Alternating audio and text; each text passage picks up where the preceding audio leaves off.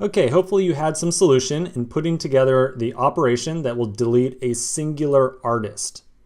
So without beating around the bush too much, I'm going to throw a query in here. I'm going to throw in one solution, and then we'll come back and look at another possible solution, and we'll discuss why the other possible one would not be a very good choice. So inside of here, I'm going to take my artist collection. I'm going to say remove any record that matches this given criteria in an object that I'm going to pass in. So go through the artist collection. If any artist has an ID of ID, then go ahead and remove them. So notice that the underscore ID right here, this is what the function is being called with. So this is going to be an actual ID of a record to remove. And so we're passing in as the value, that as the value to this object. Now we can use a little bit of ES6 to clean up this statement right here. Because the key and the value of this object are identical, we can condense this whole statement down to just ID like so. So I've got curly brace, ID, curly brace to close. This is 100% equal to colon underscore ID, like what we had before. Okay, so now at the right before the operation, we'll make sure that we return this thing. That's a requirement of every one of these functions that we're going to make. So let's get this to test out inside of our application, and then we'll talk about the alternative solution really quick. So I'm going to open up our app. I'm going to make sure that I refresh the page to get the new code that we just loaded or added in. Once the page is actually loaded up, I'm going to click random artist a couple times and just pick out a random artist to delete. Okay, Shirley, I'm sorry, but I think you're going to have to go. So just to make sure that our record actually gets updated, I'm going to first flip over to RoboMongo. I'm going to refresh the collection over here by hitting Command R.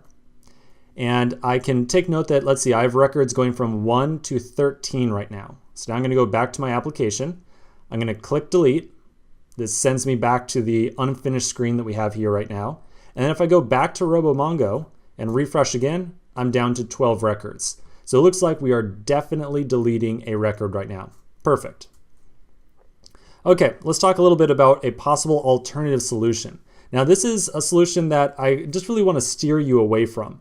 In general, whenever you're using Mongoose with Mongo, there tends to be a one-step solution for many different problems, like probably the vast majority of problems that you're ever going to run into with working with Mongo. And what I mean by that is, doing stuff like creating, editing, deleting records, usually there's going to be a one-step approach for doing what you want to do.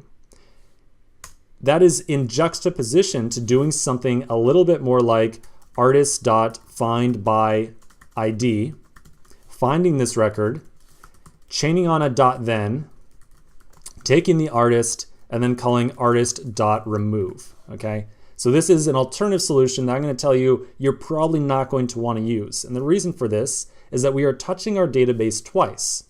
We first touch our database to pull a record out, and then we touch it again to actually remove it. So this is a two-step operation right here. It's going to take, in theory, I'm just going to throw a random number out there. I'm just going to say, in theory, twice as long.